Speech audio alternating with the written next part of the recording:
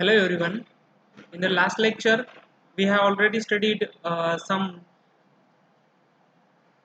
topic about the phenols, that is the introduction of phenol, then classification of phenol, then modern method of synthesis of phenol, that is from the aniline and from cumene. Then next, the we already discussed why the phenol shows the acidic character. Okay. Today we are going to start the reactions of phenol.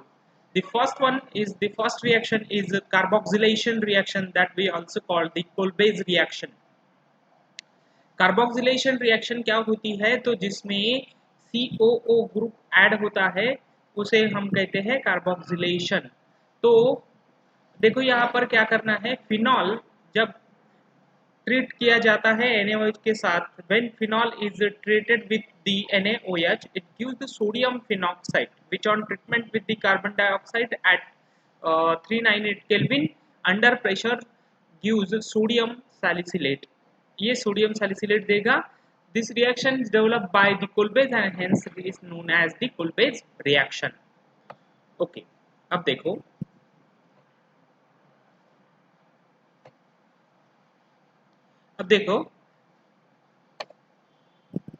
ये जो reaction है इसमें हमें क्या करना है, phenol को NaOH के साथ, एक्वस NaOH के साथ ट्रीट करना है. अब आपको पता है कि फिनॉल क्या है, एसिड है, लास्ट लेक्चर में हमने देखा था, और NaOH क्या है, बेस है. तो इनकी बेस एसिड बेस रिएक्शन क्या होगी, न्यूट्रलाइजेशन रिएक्शन होगी, जिसमें कि ये सॉल्ट फॉर्म होगा. और ये फिनॉल एसिडिक कैरेक्टर शो करता है, तो ये H जो है ये लॉस हो जाएगा. तो देखो ये H एज H पॉजिटिव निकल जाएगा, यहाँ से H पॉजिटिव निकल जाएगा और यहाँ पे ऑक्सीजन पे ये निगेटिव चार्ज छोड़ेगा.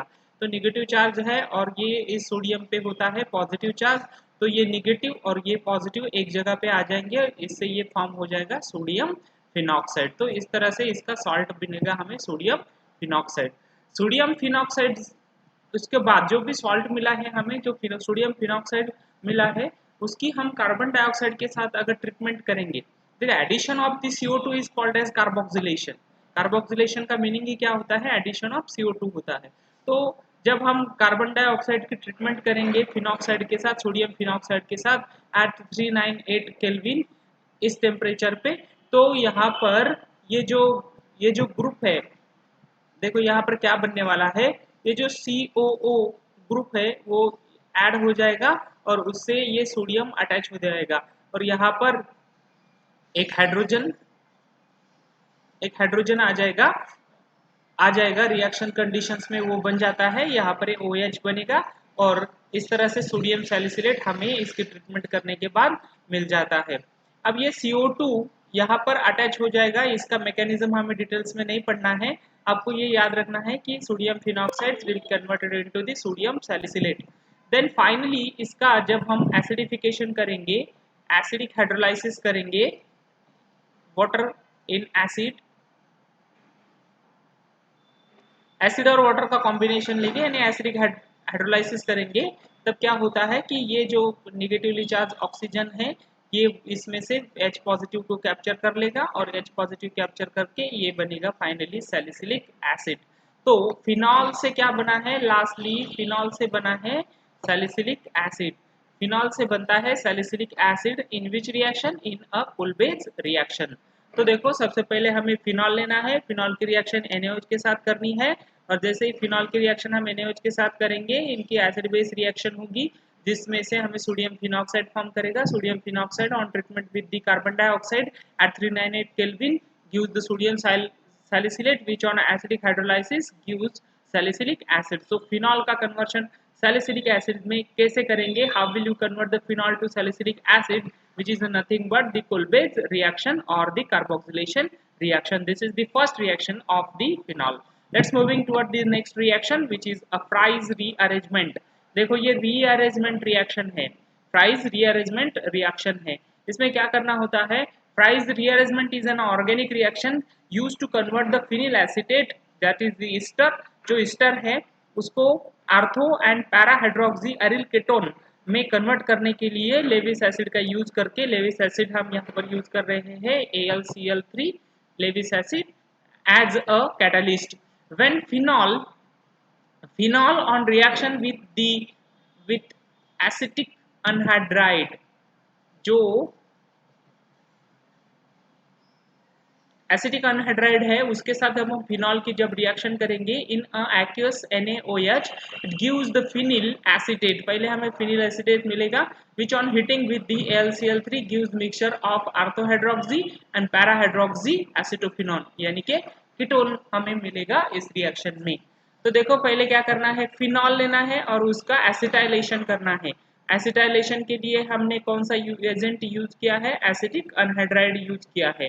तो एसिटाइलेशन आपको पता है addition of the CH3CO group, addition of CH3CO group is called as acetylation. तो पहले इस फिनॉल का एसिटाइलेशन होगा, पहले जैसा ही ये फिनॉल एसिडिक कैरेक्टर शो करेगा तो यहाँ का H हटा दो, H हटाएगा तो यहाँ पर निगेटिव चार्ज आएगा क्योंकि H एज H पॉजिटिव निकल जाता है, और इसमें का ये जो ग्रुप है CH3CO ग्रुप जो है ये ग्रुप H की जगह ले लेगा, तो यहाँ पर फॉर्मेशन होगा फिनिल एसिटेट का। ये फॉर्मेशन हो गया फिनिल एसिटेट का, एक्वस NaOH में ये रिएक्शन कैरी करनी है। उसके बाद जब ये फिनिल एसिटेट बनेगा उसको हमें क्या करना है, हिट करना है, किसके साथ, लेविस एसिड के साथ। लेविस एसिड कौन सा है, AlCl3 है। तो AlCl3 जो लेविस एसिड है उसके साथ हम जब इसको हिट करेंगे तब हमें मिलेगा ऑर्थोहाइड्रोक्सी एसिटोफिनोन, ऑर्थोहाइड्रोक्सी एसिटोफिनोन मिलेगा।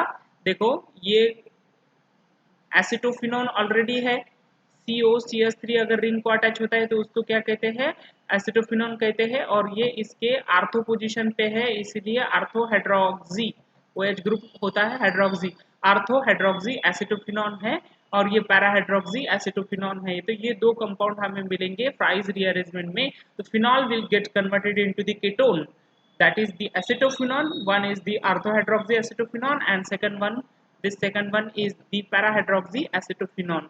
ये होती है Fry's rearrangement। what we have to perform or how we have to convert the phenol to the orthohydroxy and parahydroxy acetophenone। firstly the phenol on treatment with the acetylating agent like the acetic anhydride gives the in presence of the or in medium of the aqueous NaOH gives the phenyl acetate, which on hitting with the Lewis acid AlCl3 gives orthohydroxy and parahydroxy acetophenone। This is a Fry's rearrangement। Then next one is Claisen rearrangement। Next one is a Claisen rearrangement. ये सभी name reaction है, तो name reactions बहुत important होती है। देखो पहले हमने रिएक्शन देखी है कोलबेज रिएक्शन, ये भी नेम रिएक्शन है। सेकंड रिएक्शन देखिए फ्राइज रीअरेंजमेंट, ये भी नेम रिएक्शन है। थर्ड क्लाइजेन रीअरेंजमेंट है, और fourth one reamer Timmer reaction, ये भी नेम रिएक्शन है। तो सभी के सभी नेम रिएक्शंस है फिनॉल के। phenol on hitting with the allyl bromide, phenol on hitting with the allyl bromide in acetone in presence of the K2CO3, ये बेस है, gives allyl phenyl ether। this ether on hitting with alone at 473 Kelvin gives the alkyl phenol, alkyl phenol मिलेगा। this reaction is called the Claisen rearrangement। in this reaction allyl group migrates from the phenolic oxygen to the ortho position of the benzene ring। तो चलिए देखते हैं क्या होता है इसमें। लेकिन सबसे पहले आपको फिनॉल लेना है, उसके बाद लेना है इसको हमें हिट करना होता है अलील ब्रोमाइड के साथ। तो देखो ये पोजीशन जो होती है, ये जो पोजीशन होती है जो मैंने स्टार किया है, ये होता है एलिलिक कार्बन, क्योंकि ये डबल बॉन्ड से अटैच है। ये एलिलिक कार्बन को ब्रोमीन है तो इसे हम कह सकते हैं एलिल ब्रोमाइड। तो एलिल ब्रोमाइड के साथ जब हम इसको हिट करेंगे तो क्या होता है, यहाँ का H और ये Br, क्योंकि आपको पता है H एज H पॉजिटिव निकलेगा और Br क्या होता है, निगेटिव होता है। तो इसमें से HBr माइनस हो जाएगा, माइनस HBr हो जाएगा, और इस H की जगह ये रिमेनिंग ग्रुप को आप अटैच कर दो।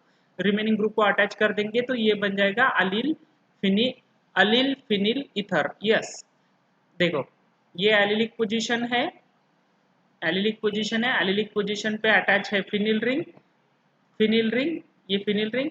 तो एलिल फिनिल और ऑक्सीजन बीच में है, क्योंकि इस कार्बन को और इस कार्बन को जोड़ रहा है जो कि COC लिंकेज बनेगा, तो उसे हम कहते हैं ईथर। तो ये एलिल फिनिल ईथर बन जाएगा, विच ऑन हिटिंग अलोन, उसको हमें बाद में हिट करना है। कब तक हिट करना है, 473 केल्विन तक हिट करना है। जैसे हम 47 केल्विन तक हिट करेंगे ये ग्रुप यहाँ से यहाँ माइग्रेट हो जाएगा, ओके, तो रीअरेंजमेंट हो रही है, देखो कोई कोई नई एडिशन नहीं हो रही है, ये कार्बन यहाँ से यहाँ ऐड हो जाएगा, सॉरी माइग्रेट हो जाएगा।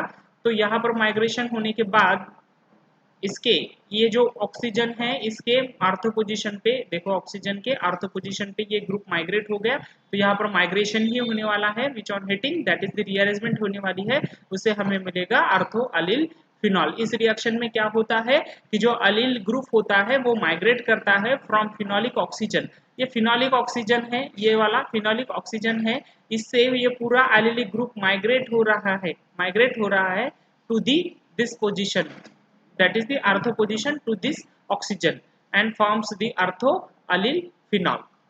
ये होती है Claisen rearrangement. Next one is the Reimer Tiemann reaction, ये भी नेम रिएक्शन है Reimer Tiemann reaction. The Rimer-Timour reaction is a reaction used to convert phenol to an orthohydroxybenzaldehyde using chloroform, a base and acid। देखो इसमें क्या करना है, आपको phenol लेना है और इसको क्लोरोफॉर्म के साथ ट्रीट करना है इन अ एक्वस NaOH में। ये कार्बिन का सोर्स होता है, कार्बिन क्या होता है, कार्बिन होता है C और इसके पास 2 इलेक्ट्रॉन होते हैं, इस तरह का ये होता है और इससे बनेगा CCl2 इस तरह का ये कार्बिन इंटरमीडिएट इसमें बनता है, इसमें इंटरमीडिएट बनता है कार्बिन इंटरमीडिएट, जो कि ये यहाँ अटैच हो जाएगा और क्योंकि ये एसिड है, क्योंकि ये फिनॉल एसिड है और ये बेस है तो इसका सॉल्ट बनेगा, ऑब्वियसली सॉल्ट बनेगा। और देन ये जो ग्रुप यहाँ पर अटैच होता है इसका फाइनली कन्वर्शन होता है CHO ग्रुप में, जिसे हम कहते हैं sodium salicylic aldehyde, sodium salicyl aldehyde में कन्वर्शन होगा। जब उसको हम एसिडिफिकेशन करेंगे उसका H ऐड करेंगे, H पॉजिटिव ऐड करेंगे, H पॉजिटिव का मीनिंग क्या होता है, एसिड होता है। जब इसका एडिशन करेंगे तो ये फाइनली बनेगा सैलिसिल अल्डिहाइड, यानी कि फिनॉल का कन्वर्शन अगर सैलिसिल अल्डिहाइड में करना है तो उसे कहते हैं reamer-Timmer reactions.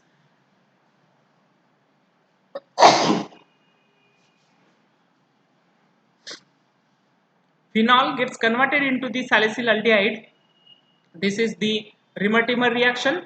Phenol gets converted into the ortho-allyl phenol is a Claisen rearrangement। Phenol का कन्वर्शन अगर अर्थोपैरा हाइड्रोक्सी एसिटोफिनोन यानी कि कीटोन में होता है तो फ्राइज रिअरेंजमेंट है, और कार्बोक्सिलेशन होता है तो वो कुलबेज रिएक्शन है। तो देखो 4 के 4 सभी नेम रिएक्शन है। उसके बाद हम देखते हैं last portions from the phenol topic, that is the physical properties of phenol. The odour of the phenol is a sweet and tarry. Phenol का जो ऑर्डर है वो स्वीट होता है। Density of phenol is 1.07 gram per centimetre cube. Then इसका melting point है 40.5 degree Celsius यानी कि 314 kelvin. Boiling point of phenol is 181.7 degree Celsius, that is the 455 Kelvin। Solubility of the phenol in water is 8.3 ग्राम पर 100 ml। 8.3 ग्राम 100 ml में ये dissolve हो सकता है। कब? At the 20 degree Celsius. 20 degree Celsius में ये 8.3 पर 100 ml डिजॉल्व हो सकता है। इसकी एसिडिटी जो है पीके वैल्यू जो है फिनॉल की वो है 9.95 इन वाटर, तो बहुत वीक एसिड है। Dipole moment of phenol is 1.7 debye 1.7 debye. तो ये पोलर मॉलिक्यूल है, इसमें कुछ डाइपोल मोमेंट है, तो पोलर मॉलिक्यूल हम इसे कह सकते हैं। इसका डाइपोल मोमेंट 1.7 है। What are the important applications of the phenol? Phenol एक बहुत इंपॉर्टेंट रॉ मटेरियल है, एडिटिव है for the industrial purpose. It is use in the laboratory processes, बहुत सारे लैबोरेटरी प्रोसेस में हम यूज करते हैं इसको। केमिकल इंडस्ट्री का भी इम्पोर्टेंट ये कंपोनेंट है, इसको केमिकल इंडस्ट्री में भी यूज किया जाता है, केमिकल इंजीनियरिंग प्रोसेसेस में भी यूज किया जाता है। वुड जो प्रोसेसिंग होती है उसमें भी यूज किया जाता है, और प्लास्टिक प्रिपरेशन यानी कि प्लास्टिक प्रोसेसिंग और प्रिपरेशन में भी ये बहुत इंपॉर्टेंट रोल प्ले करता है। तो ये कुछ फिजिकल प्रॉपर्टीज एंड एप्लीकेशंस है फिनॉल के। इसके बाद का पोर्शन है ether, that will be cover in the next lecture. Okay, तो अब इसको फिनॉल को पूरा, अब ये लेक्चर हो चुका है, ये दो दो पार्ट में ये कंप्लीट हो चुका है फिनॉल। इसको डिटेल्स में पढ़िए। Thanks for joining, thank you very much.